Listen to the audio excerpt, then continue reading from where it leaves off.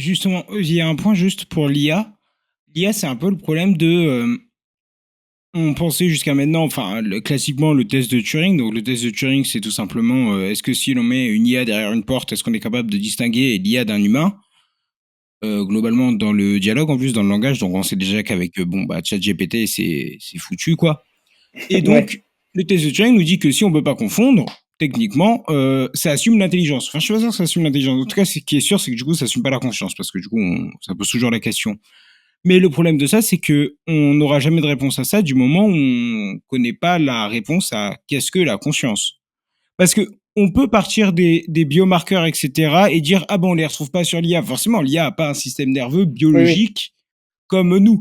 Par contre, qu'est-ce qui nous dit que dans les règles de l'univers, les lois physiques de l'univers, la conscience émerge uniquement de ça.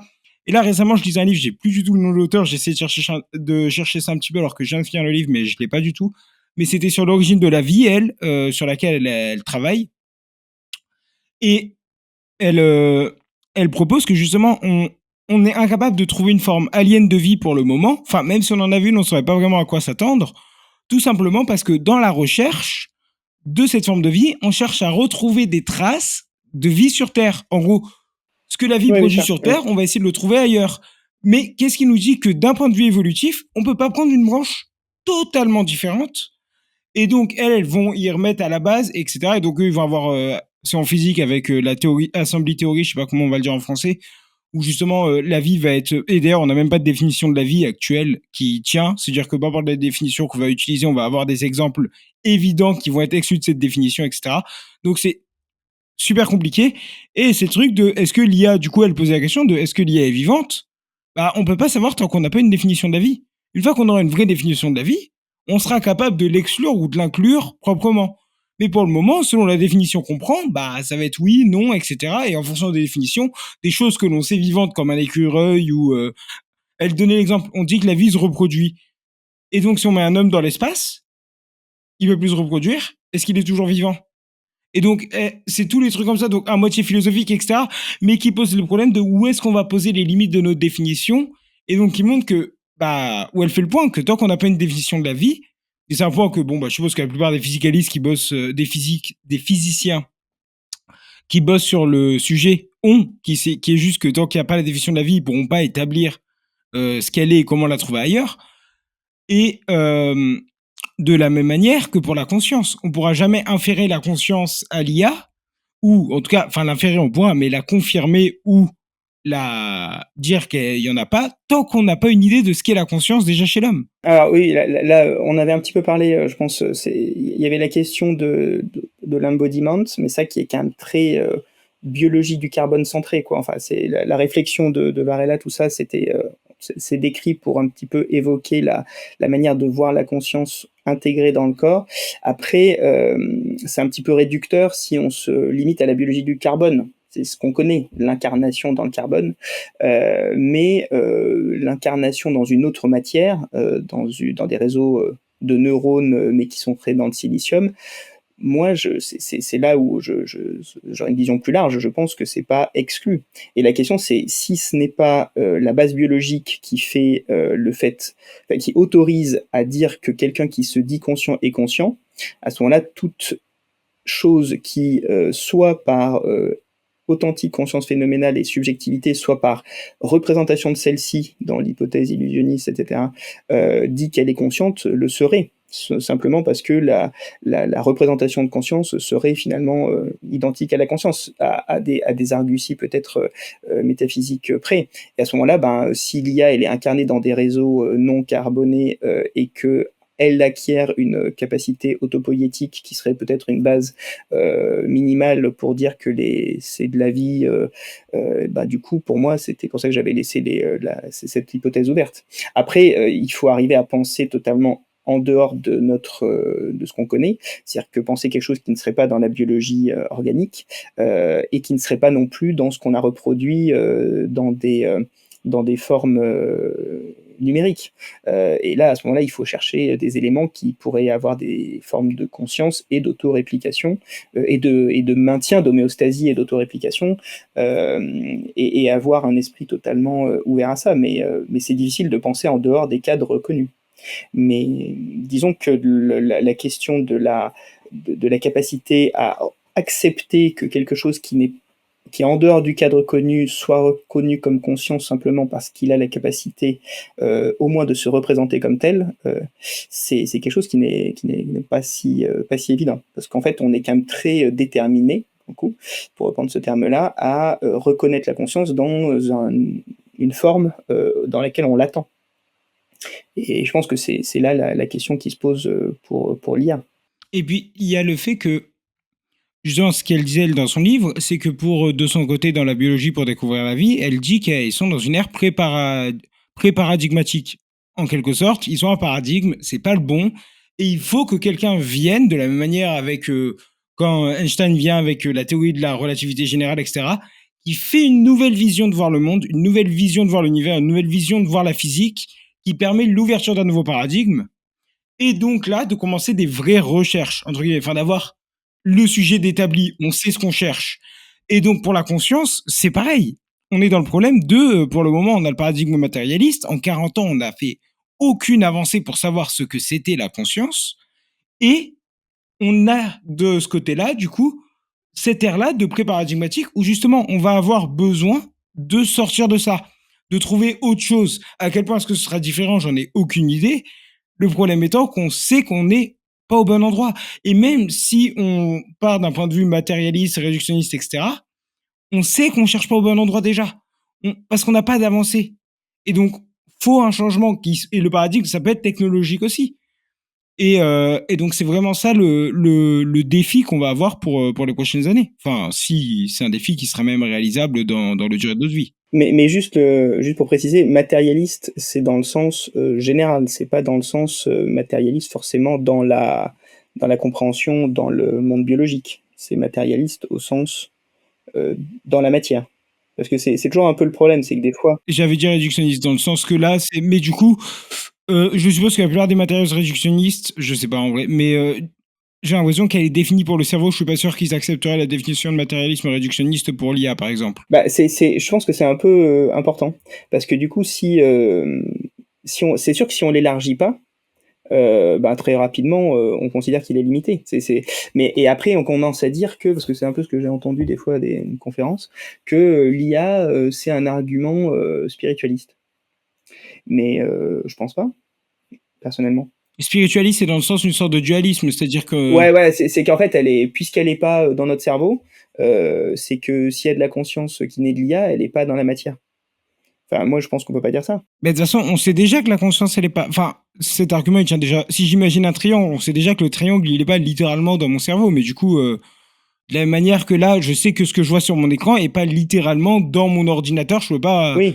Je peux pas retrouver la petite icône dans mon ordinateur. Mais ça, Oui, c'est. mais c'est dans le sens où, mais après ça c'est la question. Bah là du coup on retombe sur la question du dualisme des substances ou des propriétés, mais de dire qu'en gros s'il y avait de la conscience en dehors du cerveau qui serait l'IA, elle serait pour autant non matérielle. Mais en fait elle a une base matérielle l'IA. Elle n'est pas dans une autre dimension, etc. Donc c'est sûr que si le matérialisme. Et elle suit les mêmes lois physiques que nous, en plus. Et elle suit des lois physiques, elle suit les lois du monde physique. Donc si le matérialisme se limite à une biologie, à un fonctionnalisme du cerveau, effectivement, on ne va pas chercher ça ailleurs dans un autre monde au sens astrophysique. De la même manière que on ne va pas le chercher en dehors de la biologie carbonée. Et si on rejette par principe comme non matériel tout ce qui n'est pas dans le cerveau ou dans le monde qu'on considère comme vivant, parce que basé sur l'ADN et la reproduction, etc., forcément, c'est très réducteur. Donc, en fait, c'est pas réductionniste au sens épistémologique, c'est réducteur au sens du champ d'investigation. Donc, par contre, si on considère que voilà, ça peut être une autre entité du monde physique descriptible, qui est un support d'organisation et d'auto-organisation et d'autopoïèse et de création de complexité à partir de laquelle émerge mais au sens trivial, une représentation consciente, c'est beaucoup plus large. Donc c'est dans ce sens-là où moi, disons que voilà, quand j'ai évoqué sur la question du déterminisme, la question j'étais matérialiste, réductionniste, enfin, c'était au sens très large du monde matériel, pas simplement de la biologie du cerveau. Après, quand on est un humain, on s'intéresse et qu'on s'occupe d'autres sujets vivants humains, on s'intéresse à comment la conscience émerge de cette base-là, de cette base matérielle-là. Quand on va sur des questions plus théoriques, rien n'empêche d'ouvrir largement. Mais ça n'empêche pas que ce qu'on avait dit sur la nécessité de s'intéresser à l'embodiment de la conscience, c'est dans le cadre qui vient de la clinique, qui procède de la clinique et qui nécessite qu'on ait une vision globale du cerveau dans un corps, dans un monde, même si ça n'a pas pour moi d'implication plus que ça sur le fait qu'on a nécessairement besoin de retrouver cette association-là d'un cerveau dans un corps, dans un environnement, pour parler de conscience dans d'autres cadres. Pour moi, c'est deux choses différentes. Bah, justement, ça, c'est la notion sur laquelle j'ai un petit peu de mal parce que pour l'embodiment, c'est évident que c'est vrai. Que si on isolait notre cerveau du reste du corps, on serait pas la même personne sur tous les aspects. Est-ce que la conscience resterait? Je sais pas, mais on serait pas la même personne. En tout cas, si on pouvait évaluer la personnalité, etc., n'importe quoi, on serait pas la même personne, c'est une certitude. Par contre, le problème que j'ai avec ça, c'est que j'ai l'impression que c'est le contenu de la conscience. Et donc, que dire que l'embodiment est une condition, par exemple, certaines personnes qui vont dire ça pour qu'il faut que ce soit un substrat biologique pour qu'il y ait un embodiment, pour que ce soit une condition d'émergence de la conscience, j'ai du mal à le voir dans le sorte que l'embodiment, il va donner un contenu, un caractère à cette conscience. Il va donner les perceptions, il va donner l'impression d'un soi, l'impression de tout ça, mais qui va être développé avec notre cerveau. Là où on peut imaginer un écureuil avec une conscience beaucoup plus simple, pas autant de contenu dessus, mais toujours une intégration perception sensorielle, etc. Et donc, le sujet de l'embodiment, j'ai pas tellement l'impression qu'il nous avance sur la question de la conscience, mais qu'il nous avance beaucoup plus sur la question de qu'est-ce qui se passe sur cet écran de la conscience. Oui, oui, mais après, c'est un peu c'est ça que je disais, c'est que moi, je pense que c'est assez opératoire quand on veut éviter d'être trop focalisé sur le cerveau et que c'est un effort qui est plus que, enfin, utile pour éviter une réduction extrême au cerveau. Voilà, ça c'est utile parce qu'en fait, comme je le disais, quand on s'occupe des patients, ils ont besoin d'être dans un corps qui maintient une homéostasie, etc. Et ensuite, la conscience, elle va revenir par la récupération éventuellement des interactions avec le corps qui permet d'avoir une action sur l'environnement. Donc ça, c'est utile, mais faut pas non plus, à partir de cette utilité pratique, enfin, en tout cas, moi, personnellement, je vais pas jusque-là, mais j'ai peut-être pas compris toutes les subtilités de la théorie, pour dire qu'il faut forcément que ce soit toujours de ce forme-là que l'on cherche les organismes conscients. Peut-être qu'il peut y avoir des formes d'organisation matérielle qui ont moins d'interaction avec leur environnement, et qui peuvent pas l'énacter de la même manière, mais qui pour autant ont une expérience. Mais disons que ou une expérience qui est différente, avec une, une forme d'interaction et une complexité d'interaction qui est différente. Et voilà, donc ça, je ne peux pas dire que j'ai fini ma réflexion là-dessus, et notamment, je pense que tout est remis un peu en jeu par l'idée que des éléments comme l'IA ont, sur certains aspects, beaucoup une discordance entre leur capacité de richesse sémantique et de métacognition simulée, hein, enfin stimulée par nous, hein, pour l'instant, qui n'ont pas encore de capacité, en tout cas pour ce qu'on disait, d'auto-organiser leur volonté, leur pensée, alors qu'elles sont, même si elles ont une base matérielle minimale, d'accord, qui est la base du fonctionnalisme qui serait pas spiritualiste, quoi. Il y a une base matérielle minimale, mais qui serait pas avec une relation riche de perception intégrée, de plusieurs sens qui leur donnent des informations sur le monde, et une capacité d'énaction par un système moteur efficace. Si on crée, si on met ces IA dans des robots qui ont tous ces senseurs, bah, du coup, on créera ex nihilo les conditions d'un embodiment plus riche. Mais est-ce qu'il y a forcément besoin de ça pour que les IA avec lesquelles on interagit, elles développent un sentiment subjectif? Ça, moi, c'est pas très clair. Je me demande si simplement le fait de une IA va on lui pose une question, elle va aller chercher dans une base de données précise en fonction des mots de la question, etc. Tout l'algorithme va aller pour produire la réponse. Si on assume que l'IA est consciente, sans la mettre dans un corps, pour moi, c'est déjà une sorte de perception, ça. De la même manière que si je lis un livre, ou Oui, que c'est une j'écoute juste un perception. livre, ça. Donc, je suis même pas sûr qu'il y ait besoin d'aller jusqu'à l'embodiment, quoi. Ouais, c'est ça. Mais en fait, quelque part, c'est vrai que quand on pense à une interaction qu'on a avec un LLM, là, générative, une IA générative, elle a une forme de perception visuelle ou auditive parce qu'on lui écrit des choses ou on lui parle, on dicte des choses. Donc déjà, elle a un certain sens. Après, elle va aller quelque part lire, elle va aller prendre de l'information dans des bases de données. Quelque part, elle lit, enfin, je sais pas comment, elle les perçoit d'une certaine manière, et ensuite elle en fait une synthèse, et dans cette synthèse, elle propose un décours qui part de notre question et qui va éventuellement amener ailleurs, et elle va proposer une nouvelle évolution. Donc, elle a à la fois une minimum de base perceptive, pas aussi riche et complète et intégrée dans l'expérience que la nôtre, mais autant que certains patients qui ont perdu un certain nombre de leurs sens et qui sont obligés de faire avec moins que ce que nous on a, qui bougent pas, donc du coup leur perception somesthésique elle s'évanouit un petit peu dans l'absence de mouvement, quelque part elle se dissout par habituation. Il leur reste un peu la vue, mais pas tout le temps, un peu le goût éventuellement, mais ils n'ont pas forcément usage, s'ils peuvent pas manger, ils ont l'odorat, pas toujours, et puis l'ouïe, ça peut. Donc, donc du coup, ils peuvent avoir des fois une capacité perceptive de base très limitée et qui se rapproche de certaines capacités perceptives que l'on constate sur les IA avec lesquelles on interagit. Donc c'est pour ça que c'est un peu ce que j'avais dit, c'est des fois c'est difficile dans cette dissonance d'interagir avec des éléments qui sont pas dans la biologie carbonée et qui ont autant de richesse dans l'interaction simulée, on va dire métaphorique, une interaction qui ne serait pas proprement volontaire, et à d'autres moments des interactions faibles avec des sujets dont on postule que le moindre frémissement est un signe de conscience indubitable parce il est inscrit dans une matière carbonée qui est censée être faite pour être consciente. Et voilà. Et donc du coup, je pense que on a à peu près fait fait le tour des différentes choses que j'avais un peu en tête, mais après voilà, mais moi je suis curieux de savoir à un moment donné quelle est ta position à toi, mais peut-être que tu feras un podcast exprès là-dessus, sur la conscience, parce que tu as l'air d'être fortement impliqué là-dedans.